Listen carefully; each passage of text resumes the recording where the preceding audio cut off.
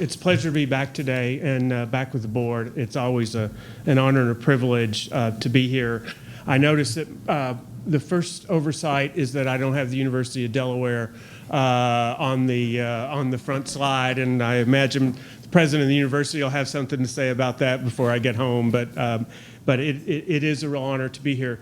Just a really short bit of context about this. This partnership with the state board and DPI started in 2015, and the state made a very bold step to continue turnaround efforts in its lowest performing schools, following up on a set of turnaround that was ordered by Judge Manning in the Leandro case, and then Race to the Top, and then a third generation, and we're into a fourth generation now. And that's not common. I think this is the only state who's taken that kind of initiative, so I think it says something. But a little bit about the context in 2015. 2015, the North Carolina became, to my knowledge, the first state to do assessments of the students in grades K through 3 in order to take a look at those kids and their progress. When we were starting this effort, what we'd seen around the country was that because we only tested in grades 3 through 8, reading, math, and then some science, that we'd seen evidence that the younger children actually weren't served well in these reforms because they didn't count in the accountability metrics. And so we began to worry about that, but because North Carolina had taken that step, we included the analysis of the literacy exams in our study, and I think it's very fortunate that we did. We're going to turn now to Shelby Mcneil and Jade Jenkins and Emily Penner, who, when we started this, I wanted to find two of the best people in the country on early childhood literacy. So we got in touch with Jade Jenkins, who's a PhD from University of North Carolina at Chapel Hill. Maybe about the time I was here, she was there, and Emily Penner, both of whom are faculty members at University of California at Irvine, and Shelby Mcneil is one of my students at Vanderbilt. So turn it over to you all now to talk a little bit about the literacy results.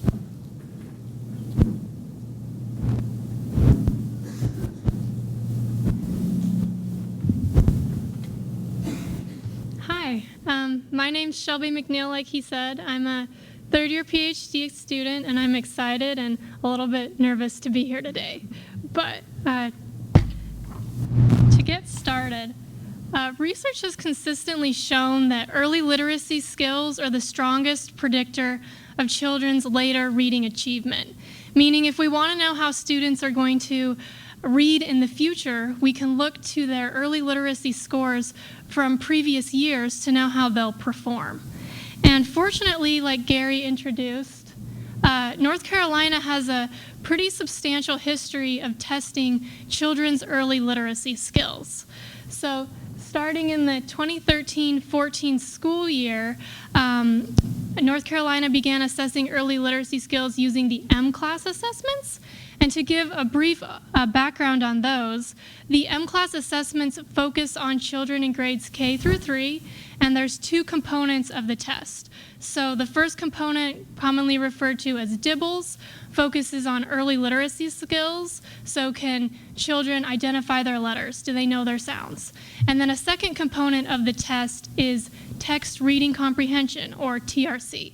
So when we put a book in front of them that's on their level, how well can they read that book, and how well can they comprehend what they're reading?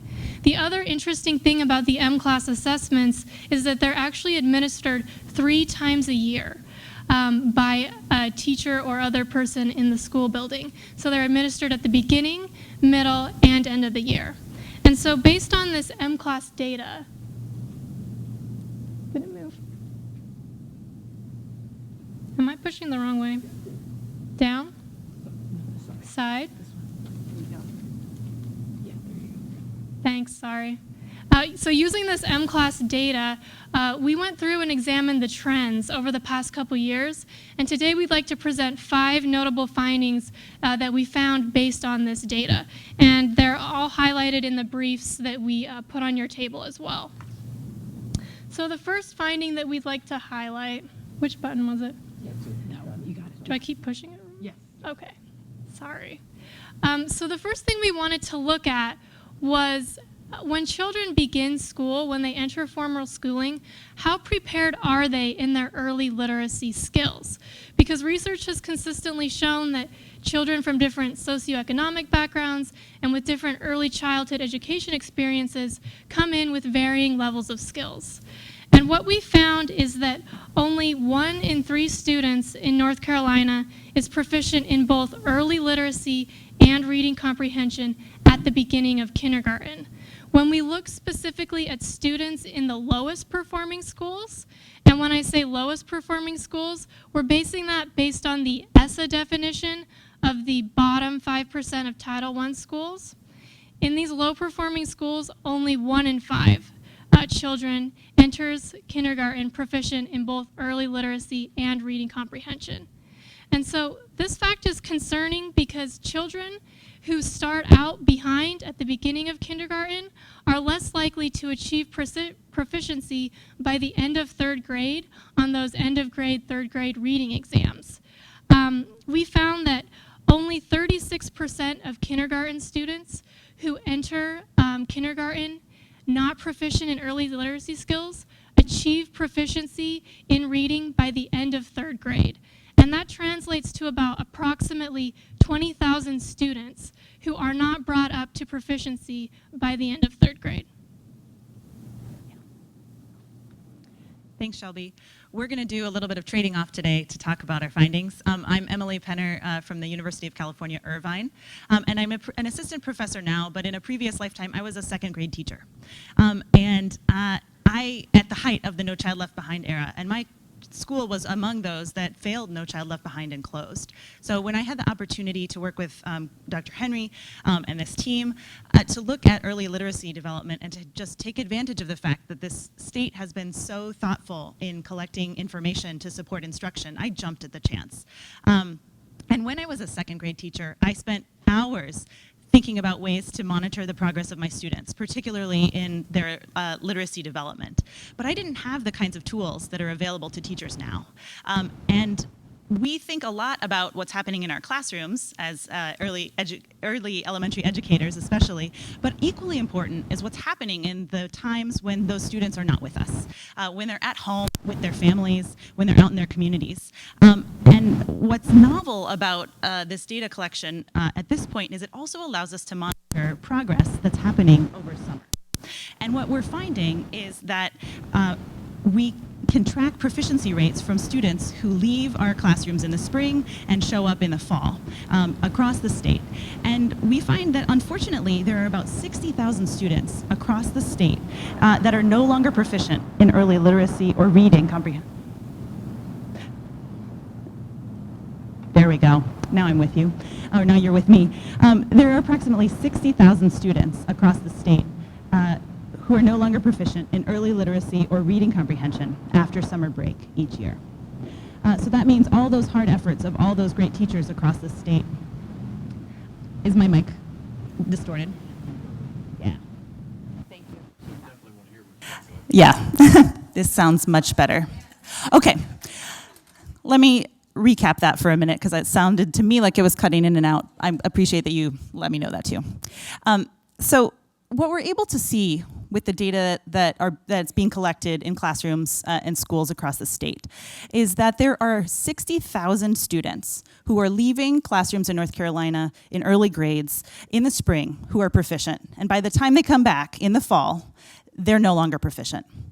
We know that there's huge differences in terms of the kinds of investments that parents are able to make in their students over the summer, the kinds of activities that they provide, the kinds of enrichment they have. And for some students, it's falling short. And let me dig into this in a little bit more detail. It's actually going the wrong direction. I see what you're having, the problem you're having, Shelby. It's, This is not, there we go. That's the picture I want. Okay, so on this graph, you should see two lines. The top line, that's dark blue, demonstrates the change in early literacy proficiency rates between the end of the school year and the beginning of the subsequent school year in grades K through 3. And what you should notice is that in the spring, 75% of students are proficient, and by the end of summer, only 70% are proficient. That means they're losing those early literacy skills your teachers are working so hard to build. Even more drastically is that there's a 9 percentage point fall off in reading comprehension between the spring and the summer, and that's the red line that you see once they arrive back at the beginning of the school year.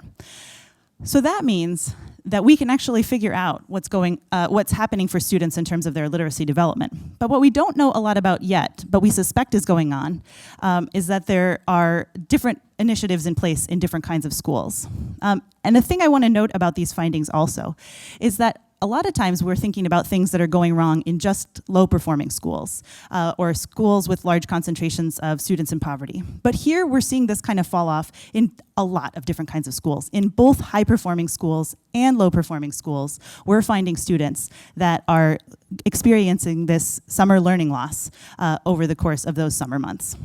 So we suspect that there are programs at work in many schools and districts across the state where educators might be putting in investments to try to stave off this summer learning loss. And that's something that we're interested in digging into more deeply in the coming year to try to learn about efforts that might actually be successfully holding off some of this fallback learning loss that's happening over the summer.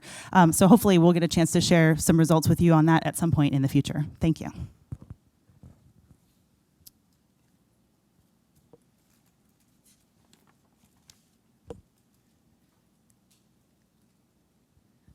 So the third finding we were interested in looking at was the effects of the North Carolina Transformation School Initiative on early child literacy skills. To give some background, the what we call NCT initiative took place prior to the current school reforms under the Every Student Succeeds Act. So it was implemented in the 2015-16 and 2016-17 school year in the 75 lowest performing schools, and many of these were largely rural schools. And Gary Henry and another co-author on this brief, Erica Harbakin, examined the effect of NCT on reading score growth in grades 4 and above. And what they found was negative effects in the second year of the turnaround program. And so we were kind of worried, what kind of effect is this having on early grade students? And what we found is that the NCT initiative had no effect on students in grades K through 3 on their early literacy or reading comprehension skills, meaning that these K through 3 students in these NCT schools were performing about similarly to other students in similarly performing schools throughout the 2-year intervention. And so this leads us to the question of, why did the NCT initiative have no effect on early grade literacy skills? And based on the qualitative work that we did, which was largely done by our team at EPIC, some of them are here today, based on the qualitative data that they collected, we found that early grades were likely not the focus of the NCT initiative, such as receiving instructional coaching, because early literacy skills and performance isn't really calculated into the state accountability system. And so, early child performance isn't taken into account when calculating a school's proficiency rate or their growth rate. So it just likely wasn't the focus of this initiative. The fourth trend that we'd like to talk about relates to the predictive validity of the early literacy scores. And so as I talked about earlier, early literacy skills are the best predictor of later reading achievement. So we wanted to look at, when we look at these early literacy skills, how well are they predicting students' third grade reading in North Carolina? And what we found is that these literacy and comprehension scores accurately predicted whether or not a third grade student would be proficient at the end of grade reading exam with over 70% accuracy. And so to break this down a little bit, for example, we could look at students' mClass scores in first grade. And based on the models that we run, using these first grade scores, we can accurately predict whether or not that student will be proficient 2 years later in third grade with, I think, approximately, did I say that wrong earlier? Oh, sorry. 76% accuracy. And if we look at the third grade scores, those predict third grade reading with slightly over 80% accuracy. And so the importance of this is that when we're able to identify early on students who are at risk of not achieving proficiency later in third grade, teachers are able to target instruction towards those at-risk students. So for example, providing after-school tutoring, or just spending more focused time with these students who are struggling. And the important thing is that we also found that students who are identified at risk earlier on, like in kindergarten, they're more likely to achieve proficiency than students who are identified later. So specifically, students who were identified as non-proficient at the beginning of kindergarten, they were 3 times more likely to achieve proficiency by the end of third grade compared to students who are identified at the beginning of third grade, which again leads back to this point that if we identify these students earlier using this data, we're able to help them earlier to achieve proficiency. And I know Gary has mentioned that the accuracy rate of these tests is surprisingly high and is doing a good job of predicting which students are going to achieve proficiency.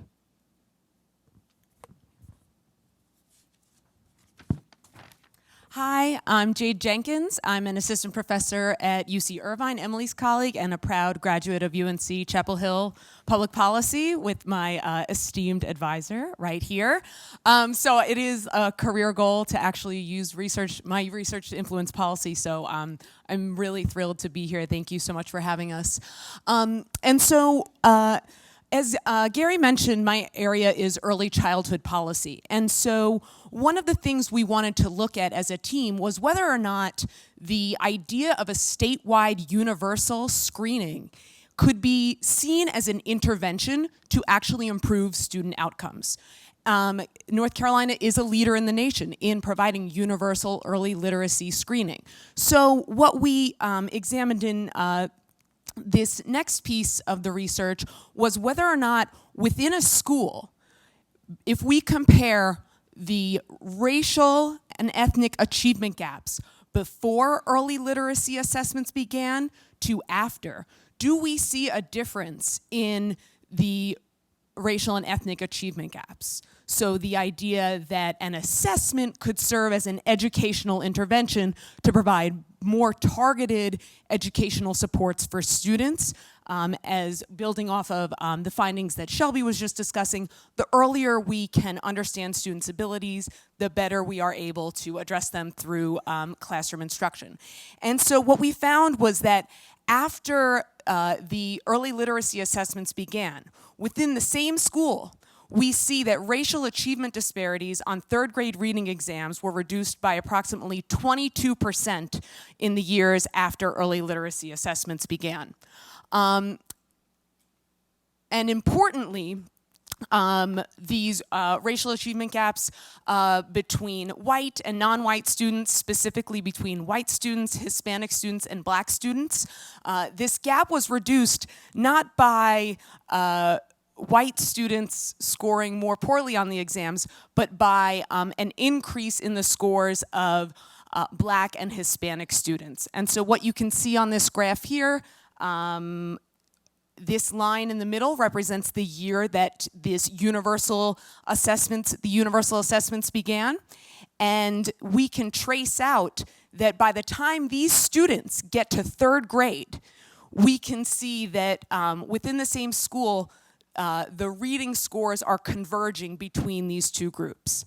And so This was really exciting for us to find because it's suggesting, and we hope to dig more into this and with some of the qualitative work and from hearing from you all, that teachers are better able to understand students' needs and address them early on, as early as kindergarten, because of these assessments were made available to teachers, and teachers are doing these assessments for their students in large part and able to react in real time with the data to address with classroom instruction.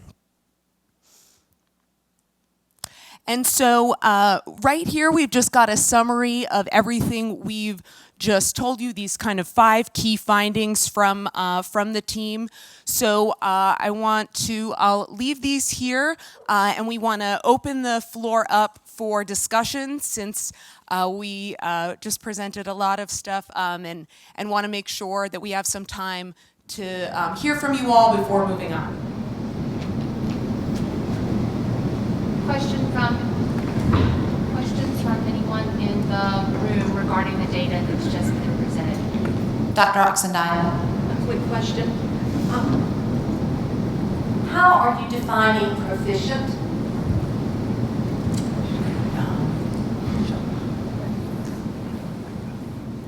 Great question. So for the purposes of this brief, we're defining proficiency on the early literacy and reading comprehension portions of the mClass as students who are scoring at or above benchmark. So yes, if they're below, or I think the other category is way below, then they're scored as not proficient. Can I ask another question then? Yeah. What is benchmark? So a benchmark set by our department? No, so it varies depending on the grade level of the student and the age. I see. And it's specific to the 2 different assessments that are administered for literacy and reading comprehension. It's defined in the instrumentation. Exactly. Thank you.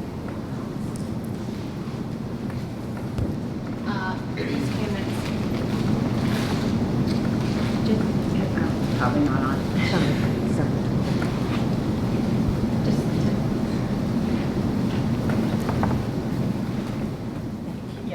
Just to follow up to make sure I understand. So the definition of the 1 in 3 students who are proficient in both at the beginning of kindergarten, the benchmark is where you would expect to see a child starting At kindergarten entry. in kindergarten. So then there's a benchmark for middle and end as well. That's exactly right, yeah. So there's 3 assessment periods during the year. The benchmark at the beginning of kindergarten is sort of the expectation based on these assessments for where a child would enter kindergarten, and those skills are expected to accelerate developmentally in each of those time periods. So readiness to some extent. At the beginning of the year, absolutely. So for finding number 5 about racial achievement disparities being reduced by approximately 22% in the years after early literacy assessments began, my question is, were there other indicators that contributed at greater proportionality to reductions in those racial disparities, such as school leadership or teacher quality effectiveness, or other indicators that we could also point to? Great question. So finding number 5, what we did was compare the achievement gap in the same school before and after. So this maybe isn't exactly what you're asking, but we're able to control fully for the school context, which would capture things like you're mentioning, like school leadership and the kind of school culture. So while we don't have direct assessments of that for each of the years in these data, we were able to hold that constant to isolate the impact of the early literacy assessments. So, but it would be great, for example, if we had teacher working conditions data, we could map onto every single year and could look at that, but we don't have those measures for all the years.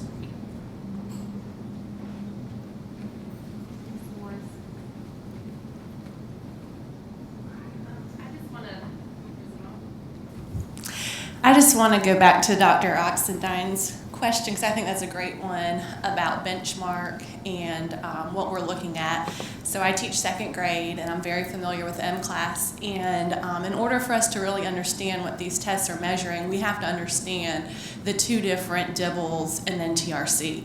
And so in that DIBELS, in kindergarten, they're going to be looking for reading readiness. Can they identify a word? Can they identify the title of the book? And then into second grade, it's going to be how many words per minute read and how much they can retell to you. Traditionally, the majority of our students are on grade level in that aspect in second grade, in that DIBELS part. They are reading enough words per minute and they can orally recite to us what they read, which is a huge strength. However, they're marked at below grade level in TRC. They'll read a book to you, and they have to answer 5 questions. They normally are able, most of them, to answer recall questions, but they struggle with inference questions. And then there was a writing component where they have to have 2 written responses with 2 details each. So if they get the answer right, but they miss the details, they go down a level. And that's huge in understanding this conversation. We have to understand what tests we're giving the children. Because we have students who are reading on grade level who feel like they are failures because they're not writing with enough details, and that's a different measurement. And so when you look at this data, my question is causation versus correlation. Are these students not performing in kindergarten and in third grade because it's a symptom of poverty, even though the two tests might not relate to each other? And those are things I think we need to keep in mind. So what we are able to really carefully control for those extremely important factors you're talking about by looking at kids within the same schools and even looking at kids over the course of time as they received more and more years of mClass dosage. So the greater number of years they received for kids in the same schools, holding poverty and all these other demographic conditions constant, we are seeing the importance of these screening exams. And to your point, in looking at how exactly the early literacy interventions might actually influence achievement, what we saw was that on the TRC specifically, that Black students and Hispanic students made greater gains over the course of the years as their dosage, or that as they received more and more years of these early literacy assessments. So more of this monitoring is benefiting different groups of students, and again, holding constant all of these important other predictors of achievement that you're talking about. And I don't know if others had, Gary, did you?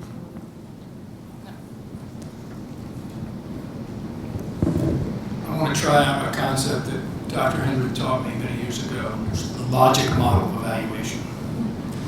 Remember, you sold me on a $500,000 contract on that logic model. That's part of that money. It's part of that money. I'm part of that $27 million. All right, so here's what I'm understanding from these 5. And I want to connect it to our policy and our framework.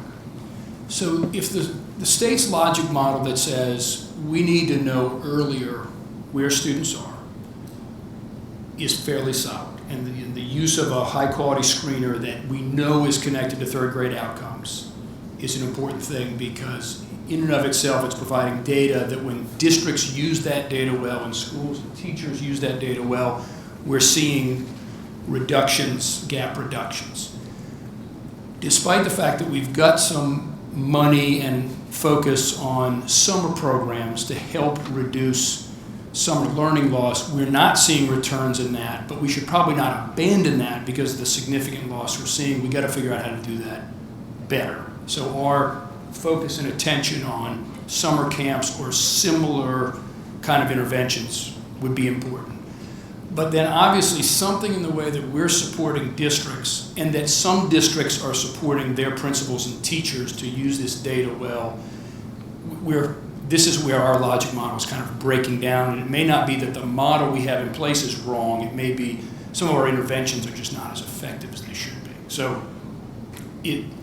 does that sound right like the story we should be telling ourselves? And if it's right, are there some specific interventions at either a state level or that we should be working with our district partners to be thinking about that you think are high leverage practices that you see in other states or other districts? There's a lot of great questions mixed in that question. Thank you for that really excellent summary. I think that there's a couple of things that I think you're right on in terms of thinking about the logic model, and in terms of recognizing some of the forward progress that's been made in the state, and also in thinking about not abandoning that progress at this point. I think there's a few spots where we're starting to see some questions where it would be useful for us to dig in a little bit more deeply, to learn a little bit about some of that summer programming, for example, to think a little more carefully about what our assessments are telling us about which skills are keeping students from grade level mastery at particular moments, and if those are the same kinds of skills at different points, if they're really a piece of the assessment we're using or the whole thing. And then the question is, from there, what other kinds of interventions might be useful? Gary might have something to jump in on, so I'm going to pass it to him. So one of the things that was not practiced as uniformly in the last round of turnaround as in a round of turnaround that was very successful was remediating every student during the school day as soon as the teacher was aware that they were falling behind. And so how to get teachers to be able to do that. So these assessments identify the children with greater accuracy than we could do before, than we had before. But the kinds of ways, for instance, the teachers would organize the school day differently so they could take these kids, and maybe it would be a PE teacher who would remediate reading, but it would be during a period of the day where they could bring this child out, and they figured out incredibly creative ways to remediate during that same day. And I think those kinds of practices, if they're embedded in our turnaround under ESSA, stand a good chance of being effective. So the other thing that's kind of an odd finding here is that we're not finding summer learning loss as large for students with disabilities and English learners. Now, why? Those students sometimes qualify for summer programming where the other students don't. However, we still find summer learning loss in the year-round schools. It's smaller, significantly smaller than in the traditional calendar schools. But I think those are all giving us little hints about what we should be looking at. And in making it intentional, it seems like it's just obvious that we should be remediating these students within the school day and finding a way to do that. But a lot of these lowest performing schools are fairly chaotic environments. And without somebody in there and helping the principal, who's probably about 4 times out of 10 in their first 2 years as being a principal, how to do that is very, very difficult within a school day. So it has to be intentional on part of the state to help them to figure out the ways to do that. Vice Chair Duncan. I want to make sure I understand or follow what you have told us. Since, if I heard it right, since 2014, our measurement tool has been the mClass assessments. And did I hear correctly that you've come to the place where you think that's a fairly reliable tool and has been reasonably accurate as a predictor? So I would say we would use, we try to use very careful language as researchers. I would even strengthen that. This is a surprisingly valid instrument to predict later reading skills of these students. And I did not expect anywhere close to this kind of percentage of accuracy. So for instance, at the first grade, if you would decide to use these data and target, I think we have the specific number of kids, you could focus your remediation not on a broad swath of kids or all kids, but targeted to very small group, and thereby improve their outcomes over the future using this instrument. And that in the work that Jade has been doing and the rest of us, it not only predicts third grade, it goes to fourth grade.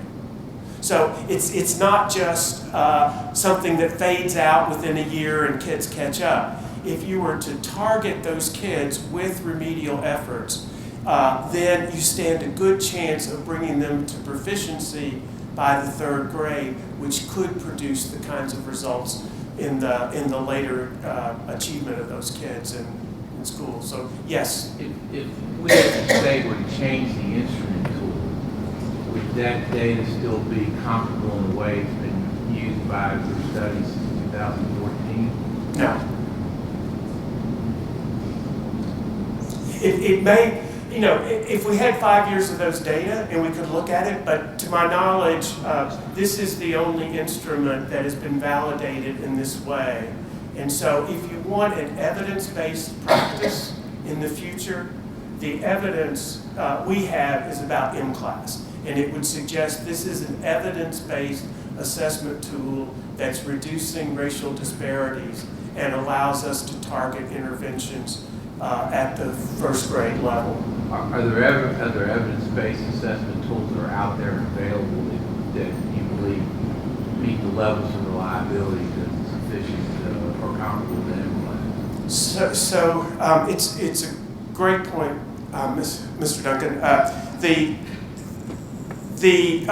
There are tools that are reliable, which means if you test two children who actually have the same skills, they'll test similarly.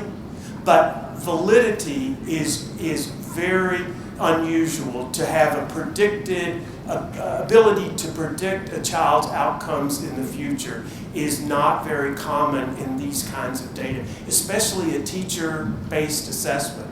And it's the teachers that we really want using this assessment instrument, because it may be the reason why we see those racial disparities change, because they're no longer making assumptions about some kids. They have data. They've recorded their assessments, and those data do predict their third and fourth grade test scores. We haven't looked beyond that because of the age of the students. Can I ask that question?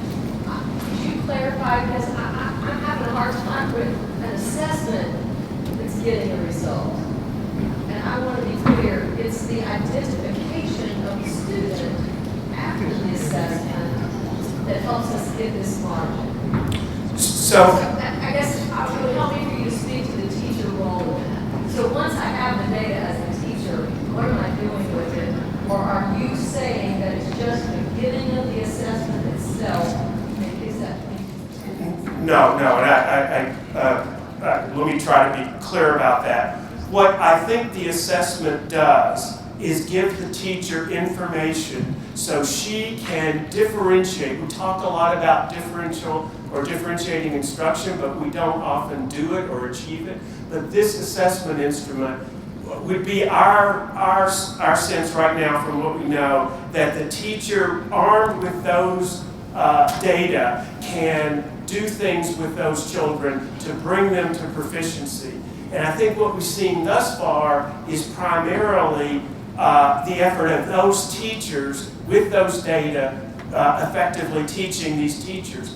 I think what we're suggesting, and on the next slide as an implication, is that if we were to use those data at the district level and help those teachers and figure out how to organize the school a little differently to even bring greater levels of support, we might find ourselves able to reduce these disparities and improve student third grade achievement even more.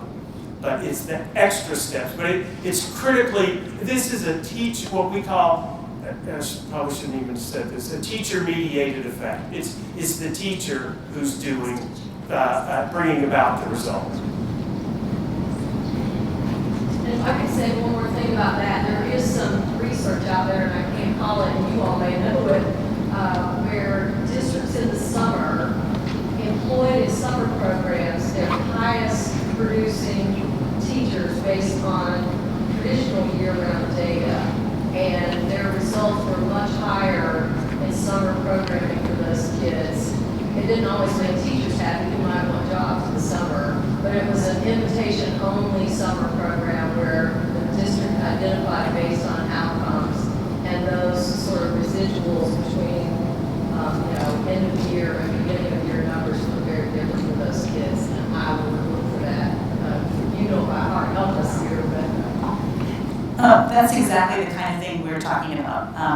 We are seeing evidence that students in schools across the state are falling behind, but we also know that there are programs in place in select schools, maybe even in some districts, that are trying to work to counteract some of that. The program you mentioned specifically, I'm not sure that it's in place here in North Carolina, but we're in the process of trying to get more information about programs that are in the works, and we would appreciate also any direct recommendations about any of those. Because we suspect that, some of those programs are making it so that that's only that group of students that are falling behind. There's some students who are not at that point because some of these programs are in place. And while we see generally that there's these trends, we suspect that there are some specific exceptions, and we think that they would be great to learn from.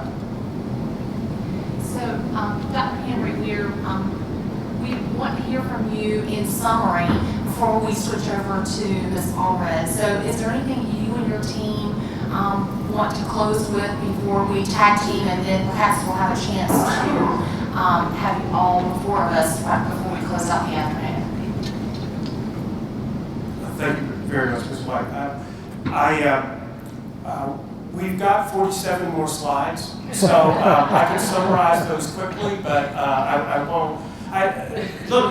Let me just make one more point to finish this part of the presentation, which is that that the instrument here that we've seen is a valid and reliable instrument, and so I would say that anytime these things are changed, there's a learning curve. So this is after 5 years, so there was a pilot year, and then we only looked at the subsequent years. So I think, to be fair, if the assessment instrument changes, you can probably think that there's going to be a lag in terms of producing these. Even if it's as valid, there'll be a lag in terms of producing this.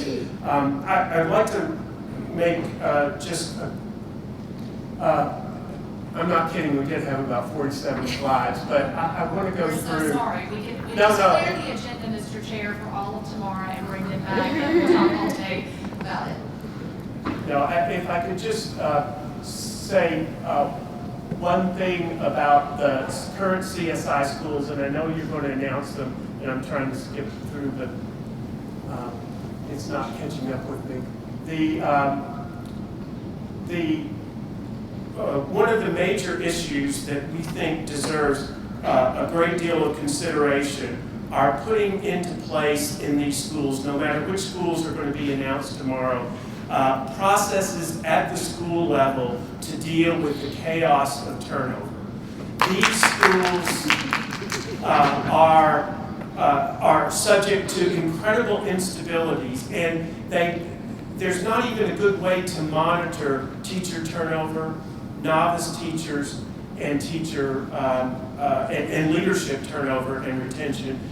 So we feel very strongly that in the comprehensive needs assessment, it should include teacher and principal turnover, experience, and effectiveness data for individual teachers.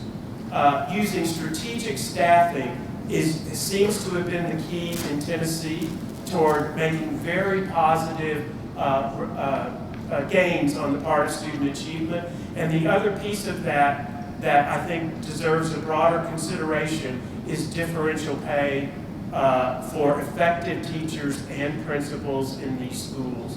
That has proven to be, or shown itself to be, a very important component of every effective school turnaround study that I have read. So if you're going to make progress, one of the things that's very difficult to do is to get districts to pay teachers in one school differently than in other schools. But unless you reward the teachers for the extra hours and the extra work of working in these schools, it's very unlikely that the students are going to be served well and really have the kind of gains that you would like to see. So we'll be happy to come back again, and I can explain that in about 2 hours if I'm just kidding, but obviously we're happy to come back at any time.